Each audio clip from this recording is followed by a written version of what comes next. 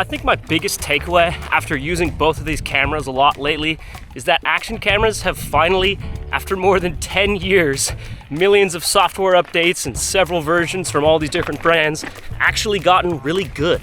Not just at good quality footage, but they're reliable and the usability is finally dialed and nice, and they're kind of convenient and work really well. These are the two best action cameras on the market, and I've been on a mission to determine which one reigns supreme. In this case, the latest and greatest GoPro Hero 12 and the DJI Osmo Action 4. You could really get into the weeds of these cameras and what's different and little intricacies between them, but today I'm going to focus on specifically what's important for using them when mountain biking and what mountain bikers should care about when deciding which one of these cameras to buy. Let's start with the basics. You'll need to buy the camera and a chest strap. For GoPro, the Hero 12 plus the chest strap, that'll run you $440.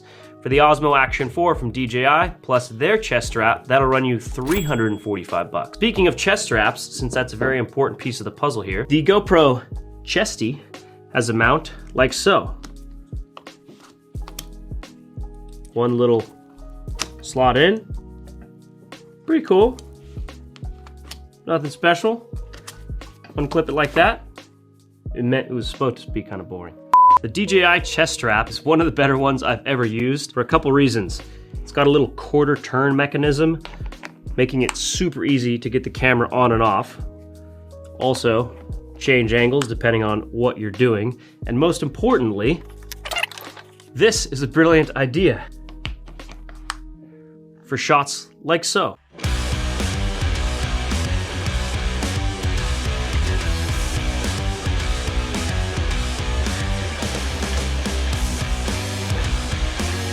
On top of this little quarter turn mechanism, let's talk about how this camera actually mounts to this.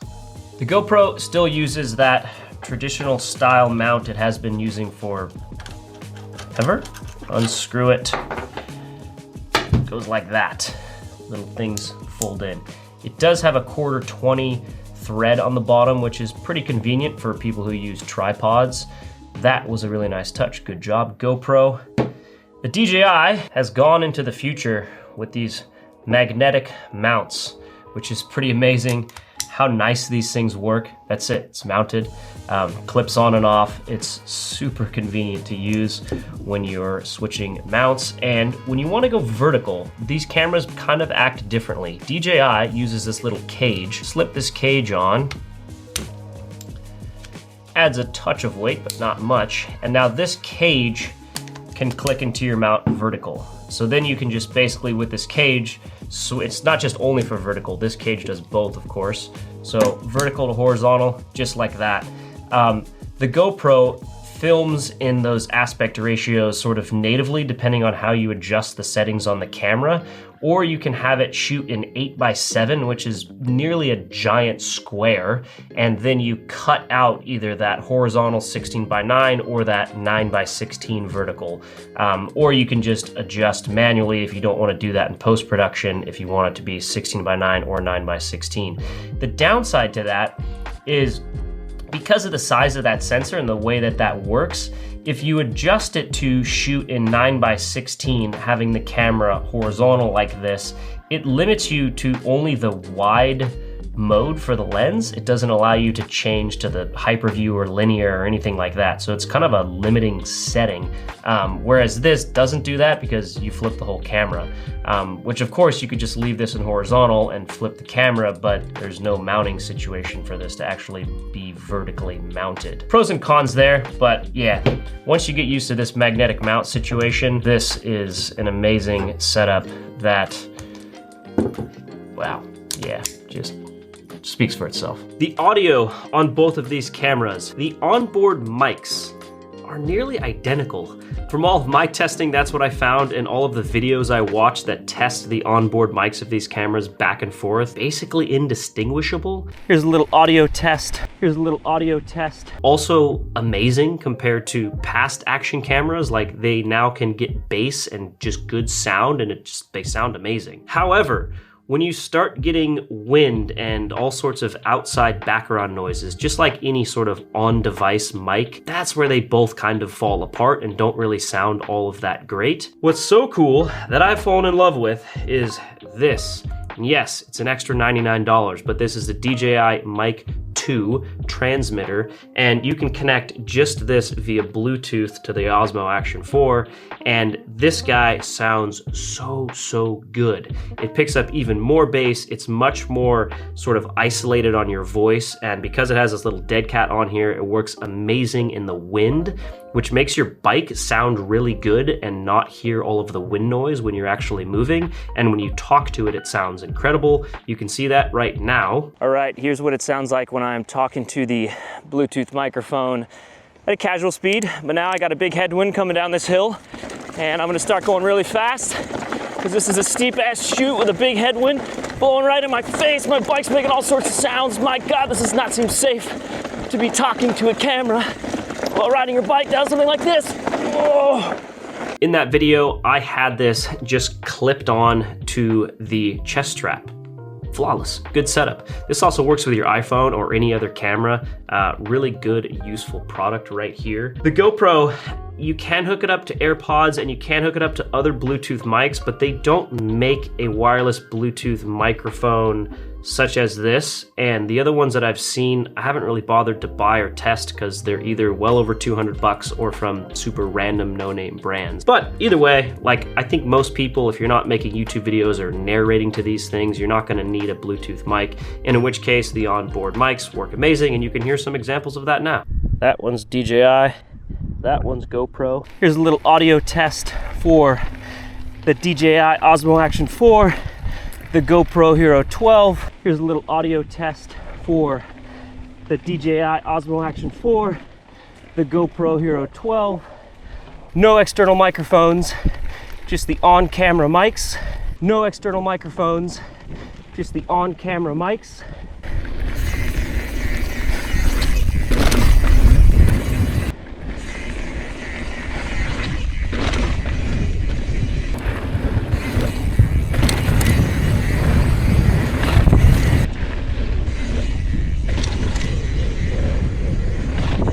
When it comes to the actual video that both of these video cameras produce, I don't have any great news for you. Both of them are absolutely fantastic, and they both have slightly different color science. The DJI matches the color science of all of their drones, which is super convenient if you have a DJI drone. GoPro has a nice look to it as well that's gotten a lot better and refined over the years. I've watched a lot of videos comparing these back to back. I've done it myself. You can see some of it on screen now. I can't really say that either one is all that distinguishable from the other in a sense that like one is better or worse than the other. The stabilization out of both cameras is fantastic. They kind of are at feature parity with this stuff. You can film in D-Log if you want to color grade it to your own heart's desire in post, but when you just turn them on and put them in 4K 30, they're both incredible. The DJI does have a slightly bigger image sensor, which is supposed to help it better in low light conditions. Seems kind of the same to me versus the GoPro. Some of the videos I saw where you're actually full blown, like if at nighttime driving and filming with a car, it looks a lot better. I don't know, riding in the evening, it's kind of a toss up. I think both of them are amazing. I'm just shocked at how good the footage is from both of these cameras. One of the main differences is that the GoPro can film in 5.3K. If you want to mess around with that, that's a massive file. I guess you can take stills from it better, or you can punch into it more in post, but I don't know. I'm just using videos for YouTube and Instagram, and I don't really mess with that, nor do I want to edit some of those things in post. So footage-wise, both of these are fantastic. You can kind of be the judge and see on screen right now and see what you think.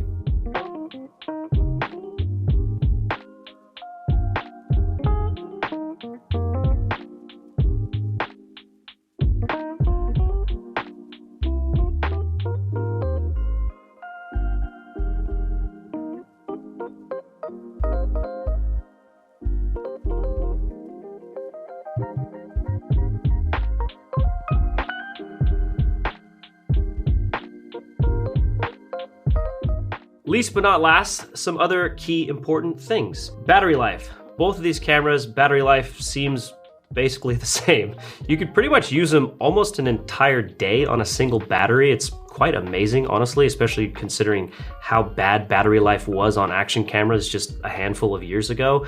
They both have this feature where you can leave them off and just hit the shutter button and it just immediately turns the camera on and starts recording in like 2 seconds. And then you hit it again and it turns the camera back off. So you don't need to have the camera always on. You can just tap that one button, starts recording, tap it, turns off. That's an amazing feature. Both of them boot up super fast, which is great. I prefer the sounds of the DJI because it has more distinguishable sounds for the start recording, stop recording, and turning off, whereas the GoPro just makes one sound. It just beeps, that's it, which is just, and then there's like variations of how many beeps, and then there's like delays between beeps if it's a really long clip versus a short clip.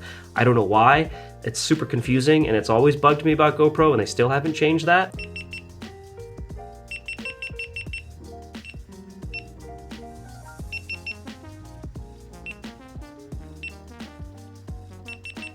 This has totally different, unique sounds for start, stop, turn off, and then it even speaks when you change the mode. Photo, video, time lapse.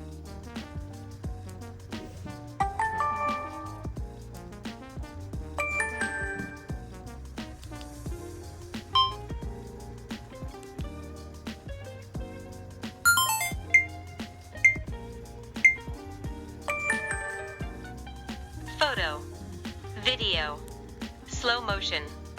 Size and weight. Oh, sorry, one last thing on battery.